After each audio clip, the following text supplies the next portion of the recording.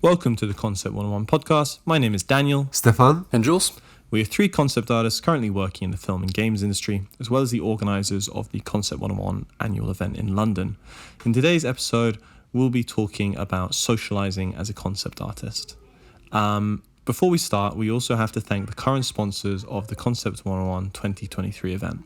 So a big thank you to Shark Mob, Wacom, Matic Studios, Atom Hawk, Frame Store, Moon Colony, Foster & Partners, Mood Visuals, Rare, Brainbug, Playground Games, Learn Squared, Mathematics Studios, Artwad, Focal Point School, and Sharp Corner. This is such a nice list, man. Yeah. Every podcast when we just say all the sponsors, I'm like, oh, thank you. It's so nice. It's great. Well, I mean, how do you get loads of sponsors for your free event if not by socializing? See what I did there? Nice. Socializing is obviously Robbery as well. I don't think sponsors will sponsor you after you rob them, Jules. I don't think that's how it works. Well, it's a one-time sponsorship that they can't take back. That is true. Yeah, and but we are all about reoccurring sponsorships on this podcast. Well, it depends how desperate we get, I suppose. Anyway, yeah, I mean, socializing is an important thing no matter what you do in life, right? Like, networking is extremely important no matter what job you choose to do, no matter who you are, where you are in your career. It's always beneficial to meet new people, not only because it can help elevate your career, but also because it can kind of help elevate you as a person, right? So today we want to talk about kind of the specifics, I suppose, of navigating that kind of atmosphere in concept art, how we've kind of benefited from certain types of socializing, and also I think probably discussing the fact that lots of concept artists are maybe a bit shy and might feel a bit against the idea of socializing, actually. Totally. Yeah. So, I mean, weird thing to start with, maybe slightly obvious, but what do you get out of building a community? What do you get out of socializing as a concept artist? What do you get out for leaving that little dark room and computer screen that you love so much? You get friends. Yeah, friends, man. I mean, I think cheesy, but I think we're a good example of how important it is to have. This is purely a business relationship. We have all the paycheck. Yeah. We all pay each other to be friends. No, but yeah, well, first of all, to have friends. Yeah.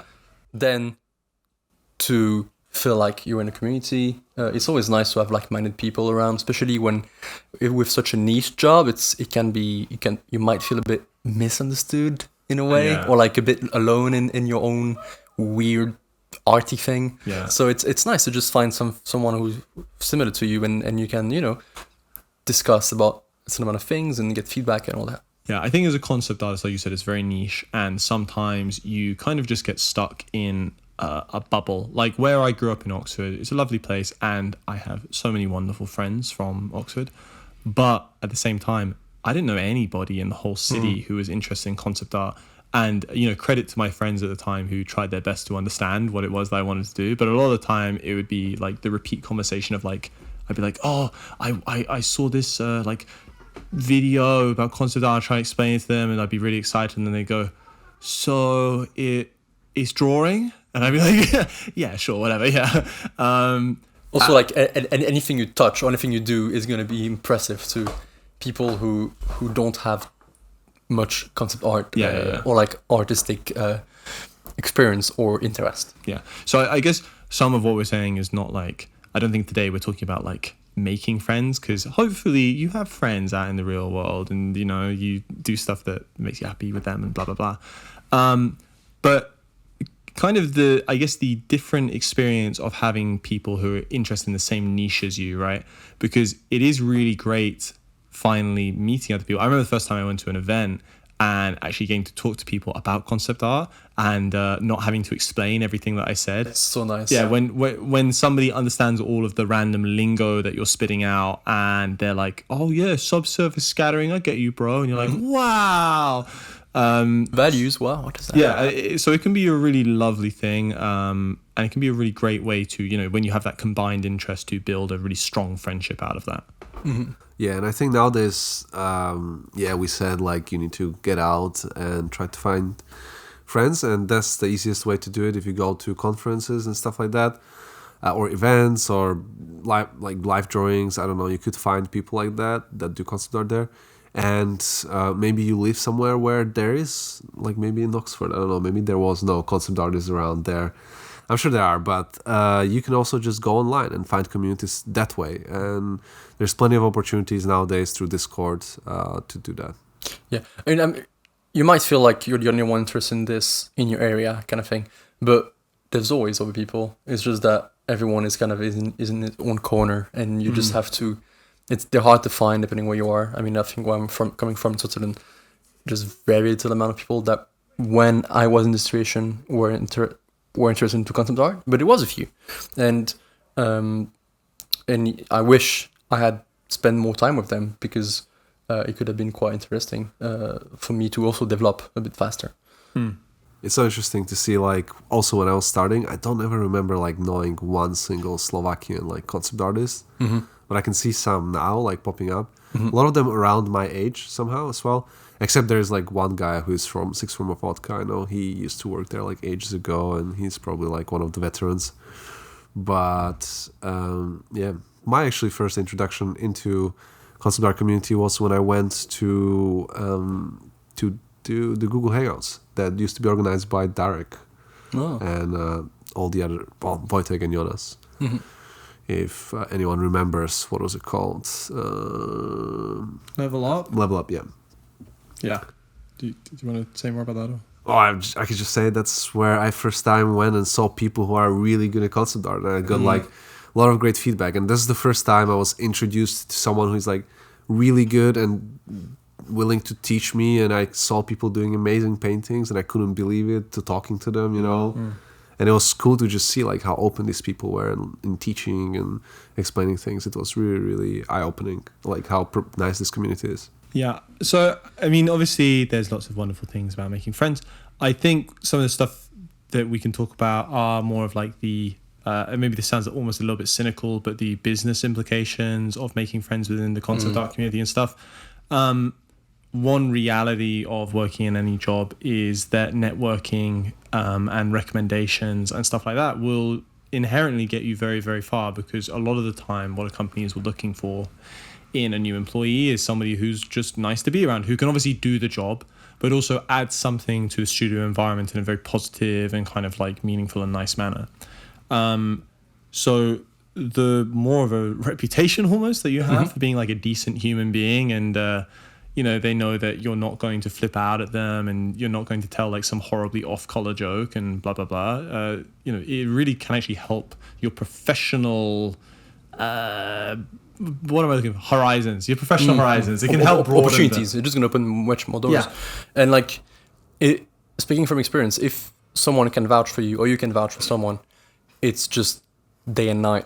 Is gonna either make the whole process much faster, or is gonna, you know, because your colleagues, they trust you, hopefully.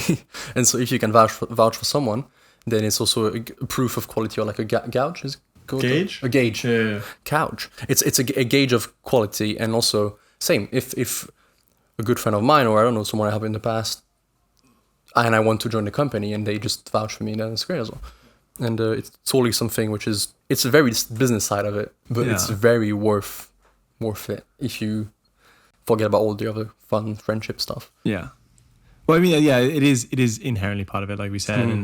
And I think one thing that's really important to remember is like, you can, especially with like networking, right? I remember when I was coming up as like a student, hearing so many times something along the lines of this. Maybe you guys can say if you heard this or not. Some dude would come in, he'd have like a super bad attitude, and he'd say like, ugh, I don't want to play the game. I don't want to play the networking game. I just want to be good enough where they hire me. It's just the worst attitude ever. And I heard so many people saying lose at the game.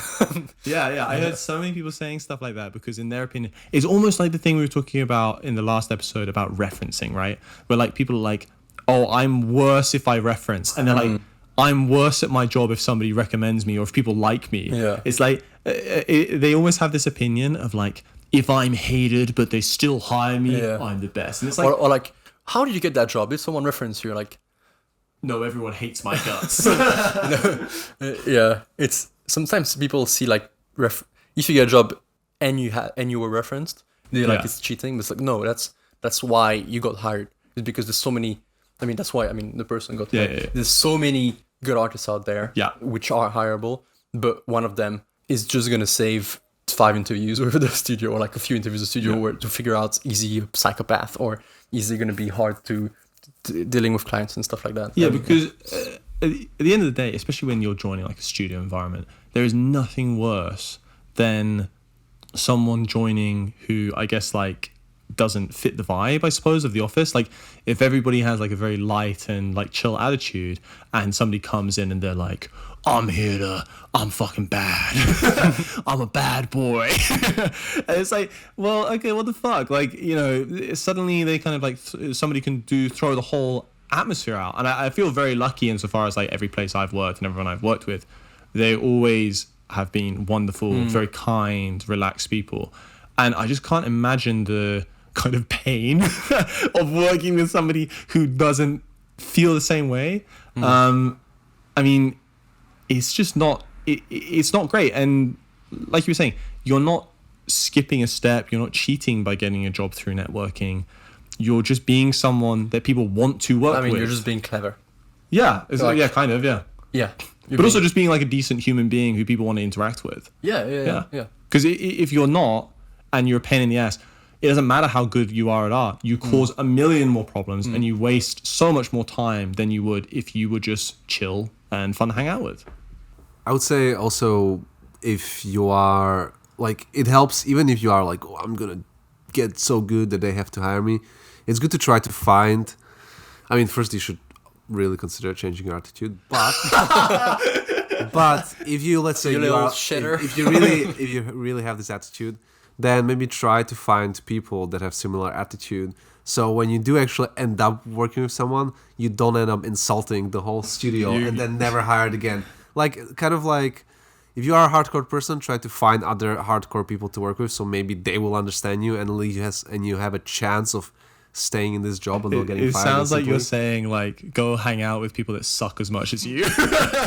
It's a very, very small world. Yes. And there's a lot of word of mouth, let's say. Yeah. And so if you're behaving kind of badly or if you're behaving like a dick, people are going to know it. People are going to talk about it. It's And you hear a lot of stories about people who you're like, all right, well, if someone ever asks me about this person, I'm sure not going to recommend it because I've heard people I trust telling me very bad stuff Yeah. about this guy. And so it's like you kind of circle of friend, at least the ones you trust and you can vouch for, you tend to listen to them to an extent, of course. Yeah. And yeah, it's a small world with few opportunities. So Yes. being kind to people is just the way to go. Totally. Yeah. I don't know if you guys found this, but when I was a student, I would socialize with professionals and like I would be chatting with them and I'd try to make friends with them. Obviously, it went to a certain extent, but it was always that like student professional divide. And something that I found really funny when I actually eventually did join the industry was like, as a student, this is what if you're like, oh, have you heard about this artist? And people are like, yeah, he's a guy. And that's like as far as it goes. And then once you're in the industry, you get like two reactions. Either they're like, I love that dude. That guy, fucking golden. Yeah. Or they're like, I hate them so much. Dude, let me tell you about this thing that they did. And it's like, if you do, I mean, I don't mean to say like, if you do one bad thing, you're ruined forever. But if you choose to behave consistently in a bad way, like obviously people will give you so much grace. But like you said, it's a really, really small community of people. At the end of the day, there's probably like only a few thousand concept artists in the world, like professional concept artists. You think so little? Yeah, I think so. Yeah, I mean, when you think about it, like most studios only hire like there's they more hire- professional footballers than concept artists. Yeah, probably. Yeah, easily. I would say Yeah, maybe. because each studio for a full game, you only need like 10 concept artists max. I mean, and how many studios are out there? Like, it's not. I mean, there's a lot of stuff being made, but Yeah, still. I guess, yeah. I mean, when you're talking about like high level concept art, like let's say like indie and above, it's really not that many people. And if you're the guy or the gal who everyone just like despises for whatever reason because you consistently behave badly, because you are purposefully rude to people, because you're mean, because you're highly critical in a way that isn't nice, then yeah, fuck, people are gonna know pretty fast. I mean, look, I hope no one says that about me, but Little do you know, man. Little do you know. Yeah, oh man, that it's like an anxiety in the back of my head. That like maybe I said something wrong one day, and every time I walk into a room at a community event, people are like, that guy sucks. But yeah, I mean, if you think about it, when there's a job opening, they're probably gonna receive, I don't know, hundreds of portfolios, and maybe 10 people are gonna come out of the pile of being like very good. Yeah. But you're still competing with 10 very good artists, Yeah. and at that stage, the art doesn't matter anymore. It's the person that matters more, right? Totally. And even if someone is a bit nicer than you, I guess, then they're gonna get a job. Yeah. Because you have to differentiate people. You have to choose between people at some point. And I guess this is, Yeah. I think it impacts your career almost as much as your portfolio. Yeah, probably. I think, yeah. if not more. I think having a bad portfolio is better than being seen as an awful person in the industry. Yeah, of course. Yeah, Yeah. totally. Yes. I agree. I think it definitely happens a lot that you yeah, as you said, there's a word of mouth, and I have heard that before, where someone was like, oh yeah, well, this person, we're not gonna hire him because blah blah blah blah. And I was really surprised when I heard it for the first time, because I kind of thought it was just like someone says it, but then when you actually hear your colleague being like, oh yeah, I know this about that person, and he's a great person, but let's not work with him. But I think it's also about what Daniel said. It's about the consistency. I think if you one time did something wrong, and then you can say sorry, and then you keep doing your best. Be a normal person. Be a normal person. Yeah, I think people will eventually forgive you. Hopefully. Just be humble, be open to criticism and all that. But also, I think many people see maybe going freelance later stage in a career, and working for your own self. Yeah. So if you have a very bad reputation, good luck. I think, because who's gonna want to hire you? Yeah, because with the years you're gonna build portfolio of clients, contacts, and if they don't like you, they won't hire you. I want to say as well, like we're probably like dramatizing it all a little bit in a way. I mean, yeah, I heard things about people and stuff, but most of the time, I mean, it really, really, really takes a lot to actually get like, like kind of almost like ignored in the industry. Like, there's some people who've done some terrible stuff, and you hear about it, you're like, oh my god, that's awful. Like, and yet they still have like very high paid jobs and stuff, and these are people who are like already on the top before doing before totally, the awful stuff Yeah. became famous, right? Yeah. So I just think like there really is like a lot of leeway in how you can behave. So don't think you should like, I guess, limit your personality unless you are just like objectively like unless you're like, my personality is that I'm a bad person, but I am a bully. Okay. Yeah. I cannot not be a bully. Don't criticize me. It's my style. But yeah, I mean, it's a beyond all of the business implications. I think it's very important to just try and be a nice human being and to respect other people. And I think part of that is also like, if we're talking about the kind of let's kind of slightly merge into the etiquette of meeting people in real life, right? So like interacting with so we'll talk about like doing stuff online later, but when you're meeting people in real life, I personally think like a really important thing that just shows that you respect them is that you respect their time. If you go and talk to a professional artist or really anybody at an event, I think it's very important that you try to read the room and figure out how much time you're kind of allowed with that person in a way. If you're talking to like some really famous artist and there's a queue behind you and you're the person who's like standing there for an hour and they're like, okay, that's great. And you're like, oh, just one more question. And it's like, you're hogging all of the time. You're taking away the opportunities from other people. That's very bad manners to me. I don't think that puts you in a good position. If you're the person who understands that like, okay, like 10 minutes is enough or something, 5 minutes is enough in this context, you're going to be seen way better in not only the eyes of the people who are behind you in that quote unquote queue, but also the artists you've been talking to, because they're going to leave with a positive memory of you. And like, you're aware of your surroundings, sensitive to people around you, and totally. Also, I think there's also, even before being in the industry, if you're trying too hard to get into a studio or in the industry and you spam people with a message, oh my god, and you're like, Wait, isn't that technically online? Yeah. Okay, yeah, okay. Technically online, young Alright. man. Then I kind of want to ask you a question. Yeah. What are the main ways for you to meet people in real life? Okay. So Jules, I met him. I followed him home. And he never left. He's still- He's still here. I mean, yeah, like when you in terms of meeting people in real life, purely like not organize something online, right? But like just meeting people in real life. It's really events, right? Events, drink and draws, classes, stuff like that. University as well can be a really great way to meet people with similar mindsets. I mean, in the UK, there aren't a lot of concept art courses here, but for the ones that there are, I'm sure if you really want to meet people who give a shit about concept art, well, hell, that's a pretty good way to do it, right? Beyond that, if you don't have access to that, like I have said before, I studied graphic design at university. The only way that I met anybody who was even vaguely interested in concept art was through going to events. So I went to Vertex and I went to industry workshops. And yeah, I went to maybe like 4 or 5 of them, I think, while I was at university. And every single time I went to one, it was great because here I was like meeting people. I met Stefan at Vertex, right?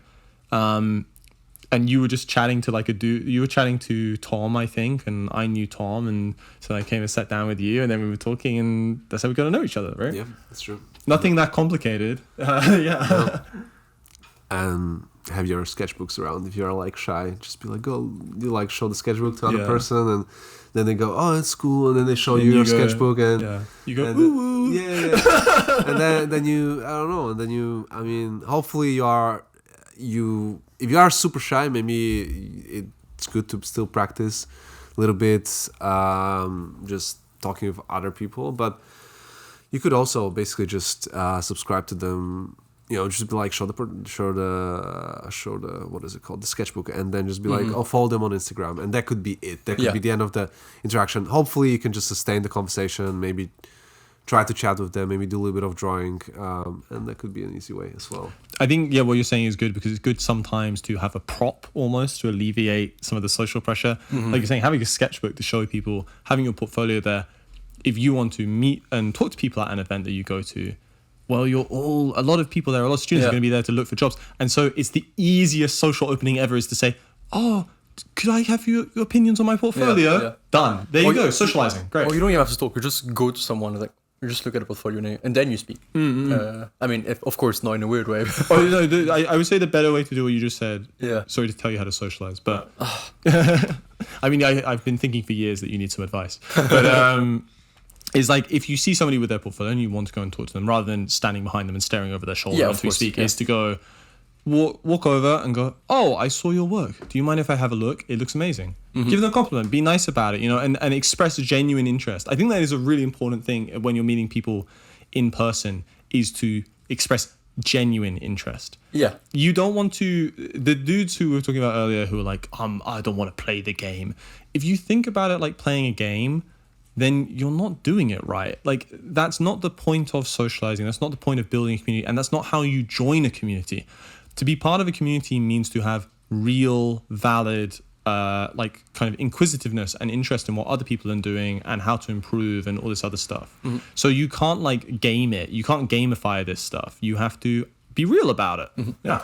Also, like if you're having conversation, it's not just about, the conversation is not for you to talk about yourself. It's also because you're genuinely interested about the others. Yeah. It's like, you let the people talk and then you talk kind of thing. Like it's a conversation. It's not you talking and like presenting yourself too much. And you want to share knowledge with people. Also, I want to add something with events is that, if you feel a bit weird about talking to people or other artists, just think that it's just people very like-minded. That's why it's good about events. It's just people are the same as you, really. It's just artists who are interested in the same thing, and that's such an easy way to connect, is because just think that people are like-minded. They're reptiles too. They're reptile aliens as well. Brains, and so here is a suggestion as well that I think maybe is a genius suggestion. No. So that's how you talk to people. Just say, I'm a genius, listen to me. No, so if you are at an event, sometimes let's say you meet someone, right, and and it's just one person, you show their portfolio, and then maybe it's awkward to finish a conversation, blah blah. But if you meet a group of people, it might be difficult to come up with them. But if there's a group of people and maybe you can manage to sit down amongst them, then Okay. no. Don't say anything. Just sit down next to Yeah, them yeah, just for stare the at whole them. day. Yeah. Well, I mean, when I met Daniel, I was like Tom and I think Just Mark and sat someone else. on Daniel. No, and I think I came up to them and I was like, oh yeah, so I think I saw them like sketching on the wall. I was like, yeah, it was really cool, and I saw your sketchbook. Can I have a look? It's really cool. Can I sit down? And maybe you can say, oh, I'm not really here with anyone. And then the next day, he was in my house eating breakfast. He literally was. The next day, you messaged us. Tom had stayed over at my place, Yeah. and we just met you the day before. And It was you- like mission accomplished. literally, he called Tom, and he was like, "What are you guys up to this morning?" We were like, "We're eating breakfast." He's like, "Can I come?" And we were like, "Okay." And then he was there eating breakfast with us. Like, Hopefully I wasn't too annoying. yeah, I would have said no if you were annoying. So. No, but when you have more people around, at least maybe you don't feel the pressure of always chatting and stuff like that. So that could be a good thing. Now, here's a question to you guys, because I never know how to answer to this. What if you like? meaning How of would you life? how would you end a conversation? Let's say you've chatted with someone and then both of you like haven't answered. I've got a bad answer to this. I've got which- a best answer. Wait, no, once wait, once can I you give my finish, bad answer? no, it's also a bad answer. Oh, Once okay. when you finish talking to someone, just prepare some smoke bomb in your bag, and then you Oh, just okay. throw it on the ground, and then there's smoke everywhere, and then you run away. And they'll like that because they probably watch anime Yeah, too. like, oh, Batman! And you're like, yeah, Naruto. yeah, whatever. So yeah, smoke bomb. I always think the most important thing about ending a conversation is ending on a good note. You don't want to. You want to try and. You're so pretty. and then you run, and then you run away. It's like, oh, nice sketch. I love you. And you just run away. I always think like, if you can, it's better to just. I don't know. Like you can do. I mean, if you're talking about like a conversation at an event, right? Like almost like a professional conversation. Like maybe you're talking to a pro or something. Even that, for example. Yeah. And you're like, okay, I'm overstaying my welcome. Sometimes is good enough to just go, yeah, so I've overstayed my welcome. See you later. And you just like dap them up, be like, thanks so much for the advice. I really appreciate it. And you just leave. Sometimes I think it's fine to just do stuff like that to kind of be almost like What is overstated your welcome? I feel like a person who doesn't speak English very well, like me, wouldn't know. What the fuck Just say you are random saying. English words. They're like, oh, he must be very good at English. Yeah. I mean, so wait, do you genuinely? No, Oh, overstated my welcome. You Never heard- overstayed your welcome. I never heard. It This means before. that you kind You've been there too long. yeah, you benefited. If I heard this, I would. Yeah, well, yeah, I me- understand now what it means, Okay. but overstayed your welcome. Like, English 101 with Daniel. Or This just is say, why Daniel studied in Oxford and not me. yeah. Not university, but or just say, well, thank you very much for your time. Yeah. I'm gonna catch a lecture now. Or like, well, I really appreciate your time. Have a good day. It's not too hard. Just say thank you. Obviously, what we said before was a joke, right? Don't be stressing. I mean, if you bring smoke bombs to Concept 101, we will probably have to call the police. So Well, we have please- security, and they're gonna look into your bag, and you're never gonna even go in. Yeah. So the police will be outside. quickly. Yeah.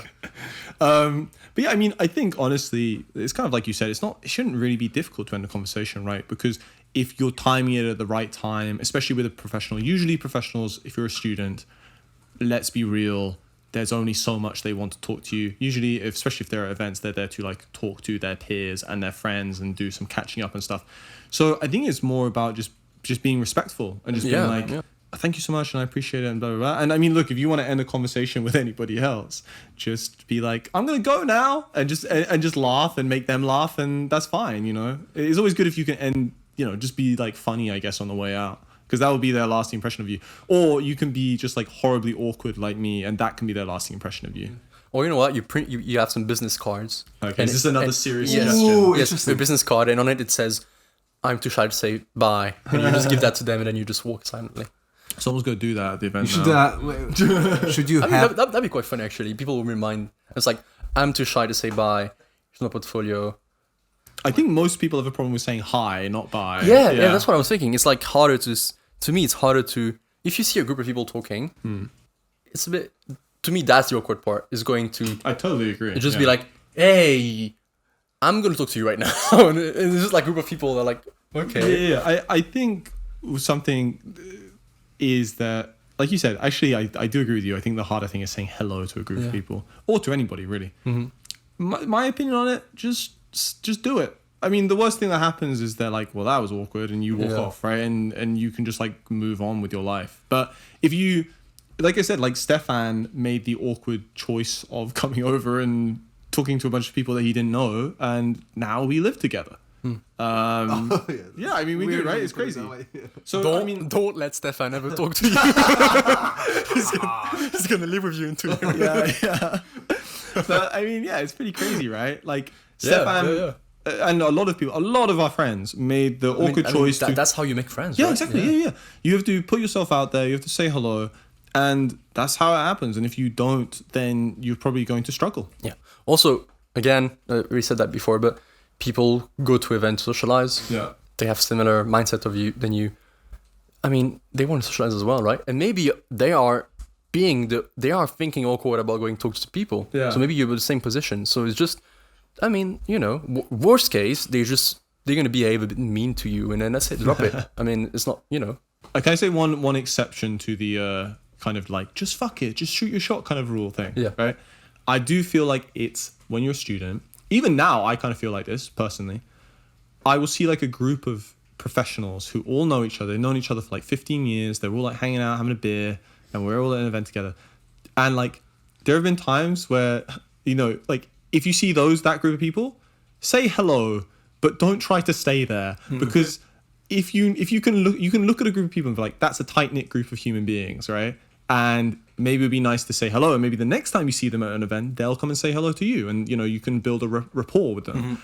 But holy shit, it's fucking awkward if you're the guy who's just like the conversation has moved on from your existence, and you're still standing there, and they're being like, yeah, do you remember like 15 years ago when we worked on that film set? And you're going, oh yeah, totally. Oh, that's so cool. Tell me more about that. And they're like, who the fuck are you? Do you know what I mean? Like, yeah, I guess that comes from your ability to read the room. Yeah, read the room. I mean, it's not easy right away, but yeah, I think industry veterans that just want to enjoy their beer definitely happens a lot. So yeah, it's just that thing of understanding that you might be going to an event for kind of almost like the resources of other people, right? Where you're going to get opinions from them and critique, but understanding that they are people and that they're not some perfectly reusable, forever happy to talk to you resource. They're not, they're people, and you have to be understanding of their feelings and their emotions and not take up all of their time because they're probably not at the event to talk to you. They're probably there to do other things, and maybe they have people that they want to talk to. So yeah, just being nice, I guess. Yeah. When I went to industry workshop for the first time, and I couldn't really speak English very well, and I was 15, and I didn't know anyone except for the people that were organizing the event, and they were very, very kind to me, and they let me kind of stay within the groups. And I remember feeling a bit, I'm very, very thankful. They were amazing, right? But sometimes I remember feeling a bit like, oh wait, maybe I should stop being in the group, because obviously I was like bad at English. I was a bit awkward in the middle. And I think they kind of had accepted me for me to be around them. Yeah. But yeah, I did feel a bit like I was like, oh, what do I do now? Do I just by myself speak to random people? And I was a bit lost in the big shark tank, if you want. Yeah. And yeah, so sometimes it's not that easy, you know. I think this was a situation where I was like, what do I do? Like, because they're the only people I know, and they've been very friendly to me, and they were very friendly to me, and they always have been. But I was also, maybe I'm don't overthink too much. That's what I'm saying. Maybe I'm just extremely socially awkward, but I've been in situations where like that's been the case, where I've been like the odd one out, and sometimes after a while I'm just like, I'm gonna leave now. I just walk off. I mean, sometimes. You are the guy where everyone's, where did he go? Yeah, I just disappeared like halfway through the conversation. But I mean, like sometimes it has to be done, you know. There's some smoke. Yeah. Where did the smoke come in? I would say, on top of what Jules was saying, you could also just be a helper at an event. Yeah. And that way, you know, it helps you to socialize with other people as well. And I mean, that's what I was, right? Yeah, like that way, you know, it forces you a little bit to talk to other people, to take on a little bit social responsibilities, and trains you. I don't know, like some people and you can be friends with the other helpers as well, exactly. right? Yeah. I mean, and then if you are 2 years in a row, they will remember you. You know. Yeah. For anyone who wants to be a helper in general, I think go for it, because that's what I did, and it was such a valuable experience. And it taught me so much about the socializing with people. I mean, also English, it helped quite a lot. I felt kind of involved. I think also helping these events also kind of helped me making Concept 101 today. And yeah, so helpers. Also this year we're going to need some helpers. Oh yeah, we will. Yeah. So we're going to mention about So this. convenient. Yeah, wow. You want to be gradualizing? Help us for free. Anyway. Totally. I mean, so I think that kind of covers most of the stuff about like in-person stuff that you might get to specifically do as a concept artist. Online is, let's be real, like that's the resource as a, especially when you're, you know, there's a lot of places all over the world where you're not going to have access to events. You're not going to have access to materials at all. So it's a great way to do things. I remember even when I was growing up, like going to London, which was not particularly far away from Oxford, like I didn't have the personal savings to go and buy a ticket there and stuff like that. So even that was like inaccessible for me. And when I was kind of like, I guess like getting into concept art when I was like 16, I don't know if you guys did this. I had like Skype groups that I would hang out with people in. I don't even Skype groups. I can't even. I had a Dota 2 Skype group. Dude, I can't even remember how I started the Skype group because I don't even know where I met the people who were in the Skype group. What the heck? Yeah, I have like a blank period, and some of them like is really weird. They're like artists who are still around. This was when I was 16 and they were like 16. I'm 100% sure they have no fucking memory of me whatsoever, but I like see their work. Like it comes up on my Instagram timeline. I'm like, oh my god, it's da-da-da. And I'm like, holy shit, they're still around.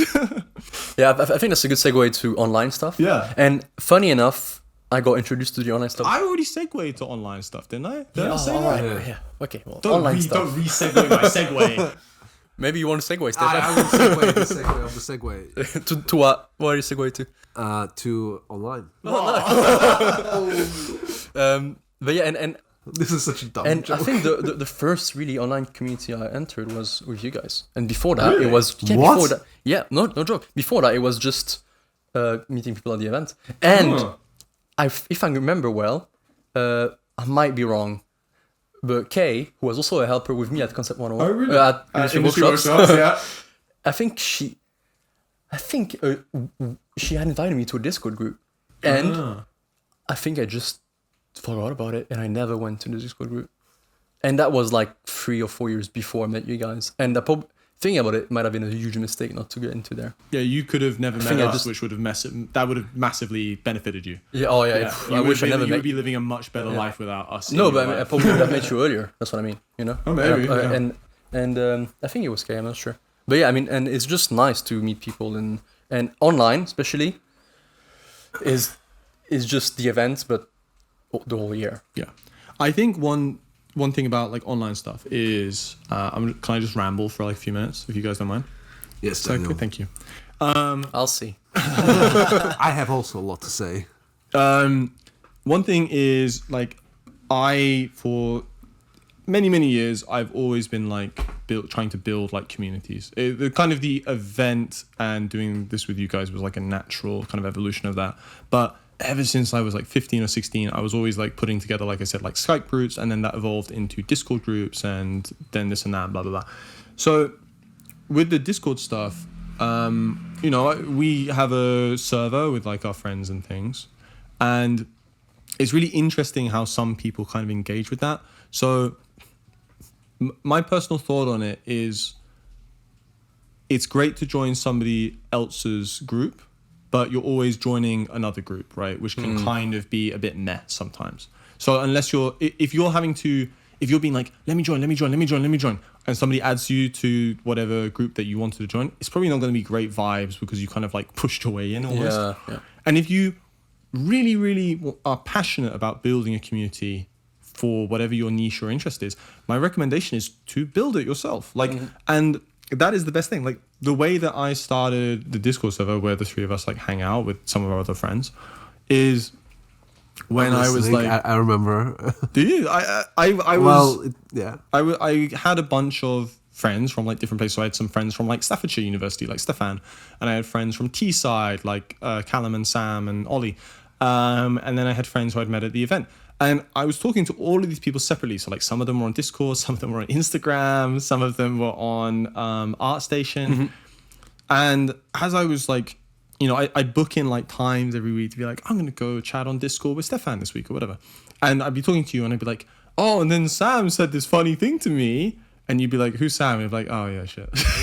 No one knows each Need other. to introduce you. No, I mean, remember, but it started with the like Discord chat, which was like 10 people. I'm getting there. Okay, I'm getting there.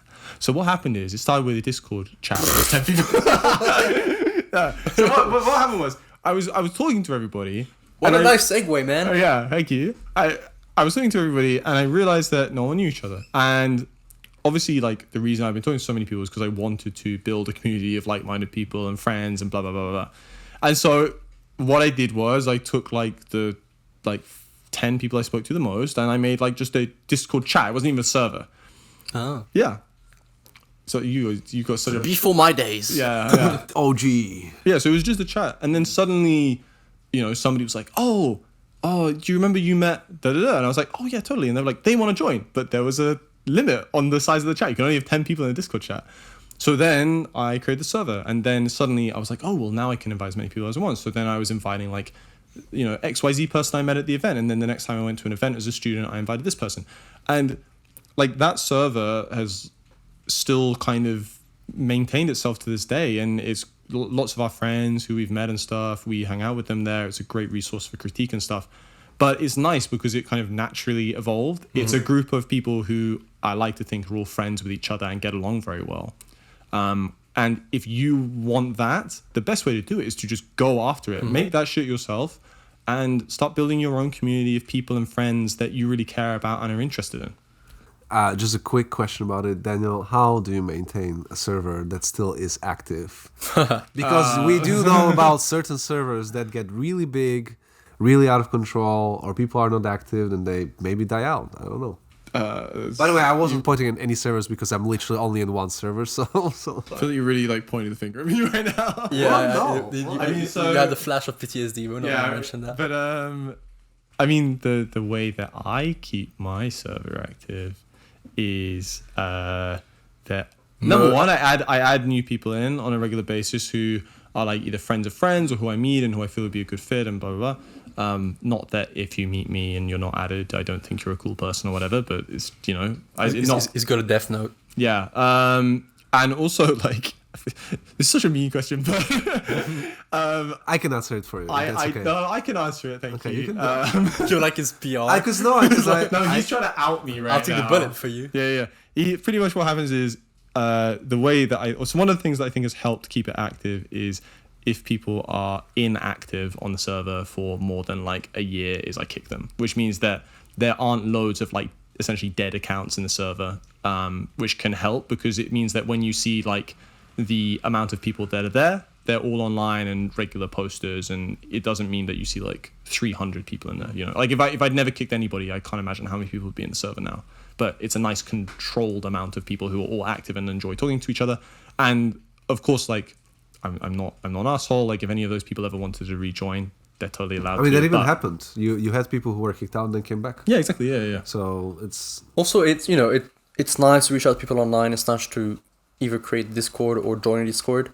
But also, if you feel like you're not a very social person by default, what we're saying here is not to be over social. It's not to be like speaking, going on chat Discord every day. Yeah. You can do that if you feel like it.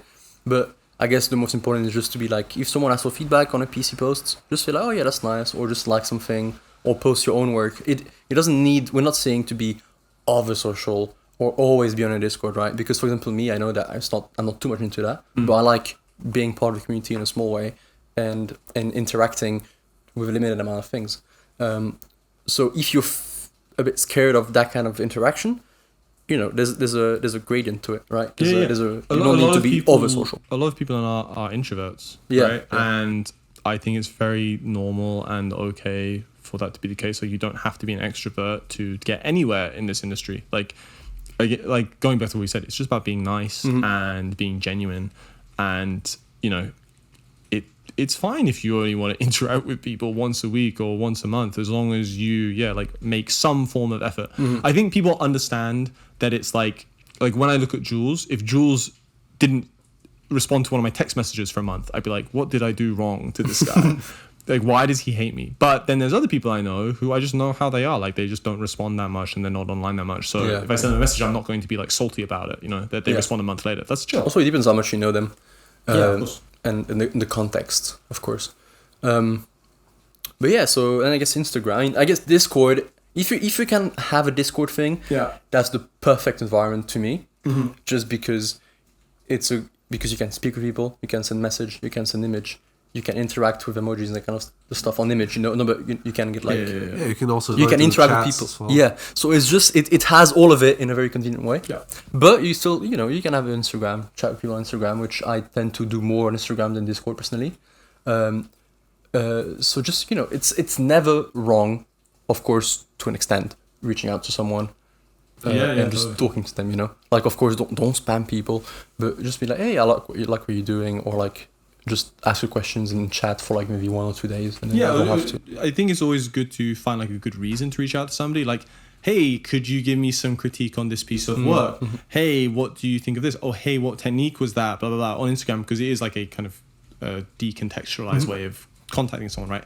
And if you're nice, then you can build a relationship out of that. I think it is good, though, again, talking about being respectful of people's time. You don't want to be the person who sends, like, they keep being like, yes, cool, talk to you later. And you're like, oh, just one more thing. And then they're like, no worries, glad this helps. And you're like, oh, I just thought of something.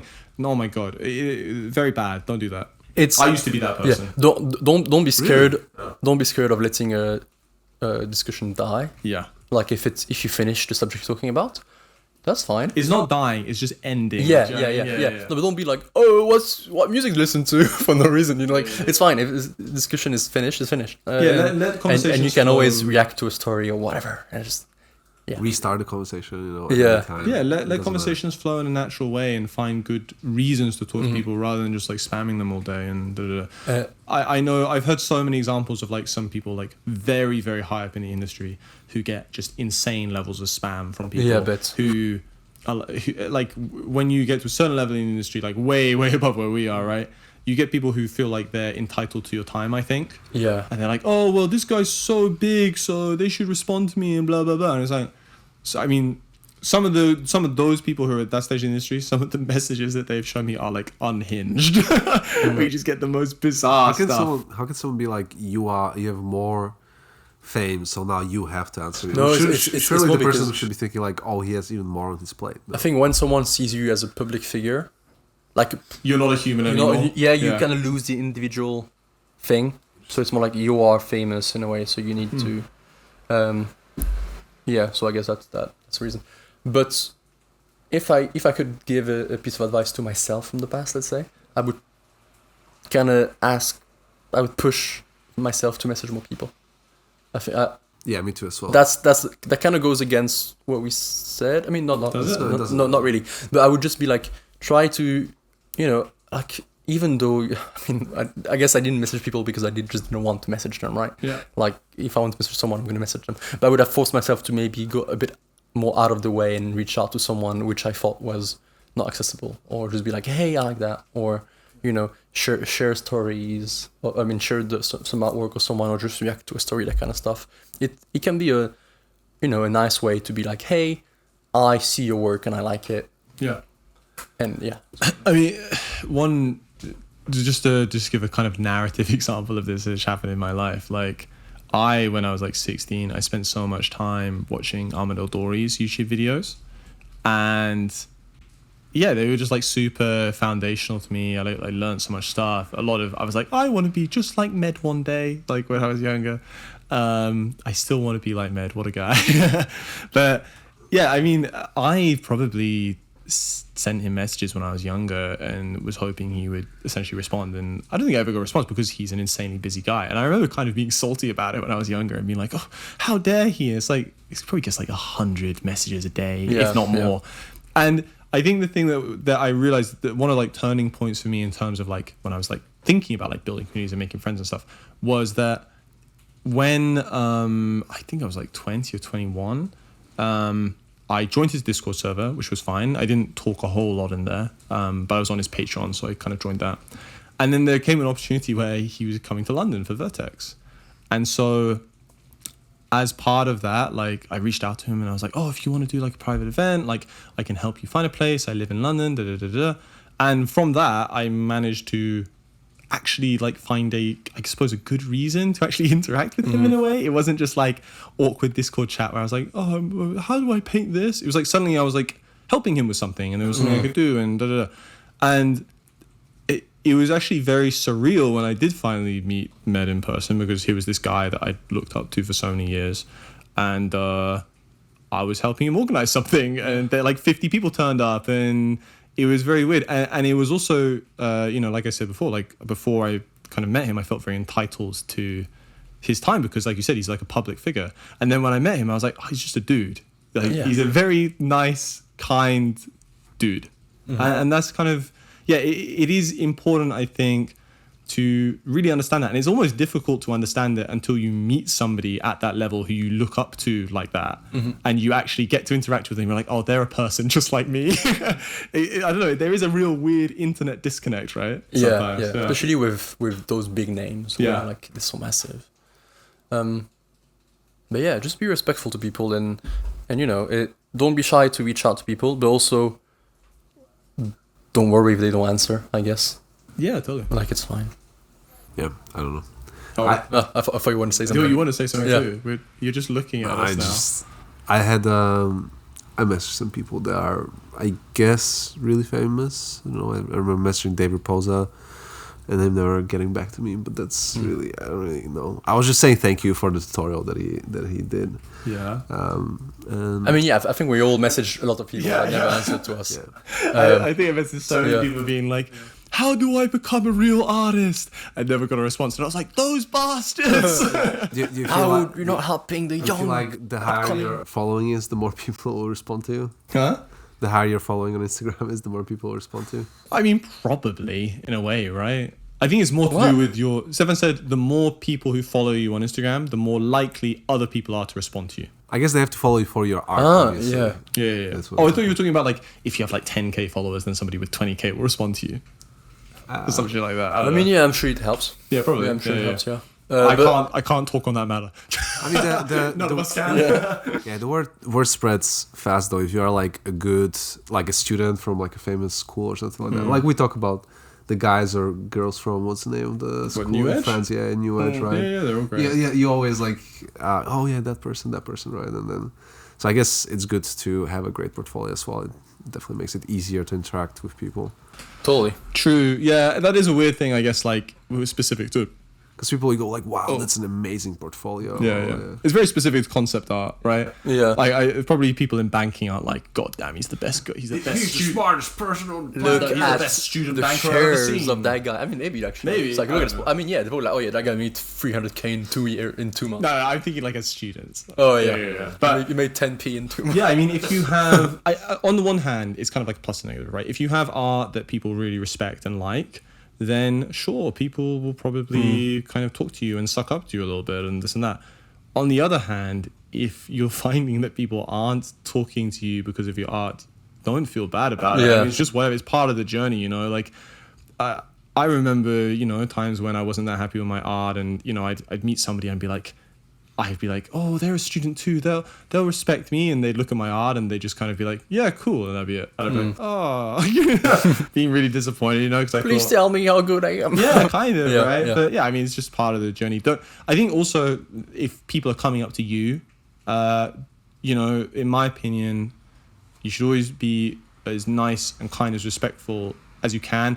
Something I really, really dislike that I have seen in like small groupings in the concept art community is people who are like, kind of like, you can tell that their friends are almost dictated by the portfolios. Yeah, of or the like people it's in the very, group. very close groups, judging a lot. Yeah, very judgmental. And like, if you meet a nice person at an event, regardless of what their art looks like, regardless if they're a student, treat them with the same respect that they treat you. Yeah. Don't be the fucking person who is like, blows people off because then they don't work at a certain company or they don't do this, or they've never worked on a movie. No, don't be that fucking guy. Like, try and be as kind and respectful as possible. Not to say treat people how you like to be treated yourself. yeah, I mean, I like to be humiliated personally, so I'm really mean.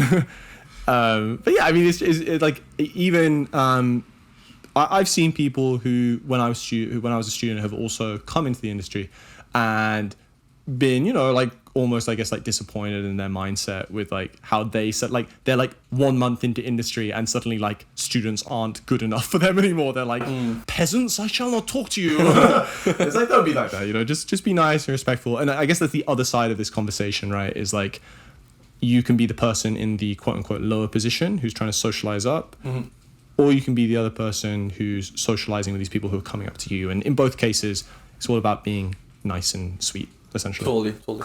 There's also a platform we haven't talked about really, is LinkedIn. Oh yeah. And I think LinkedIn can be very powerful. My first job, I think I got it thanks to LinkedIn. Ooh. Because I messaged someone and I said, hey, I'd like to get I've into got your wife, I've got your family. I hacked your computer. Yeah. I've sold all your Photoshop brushes.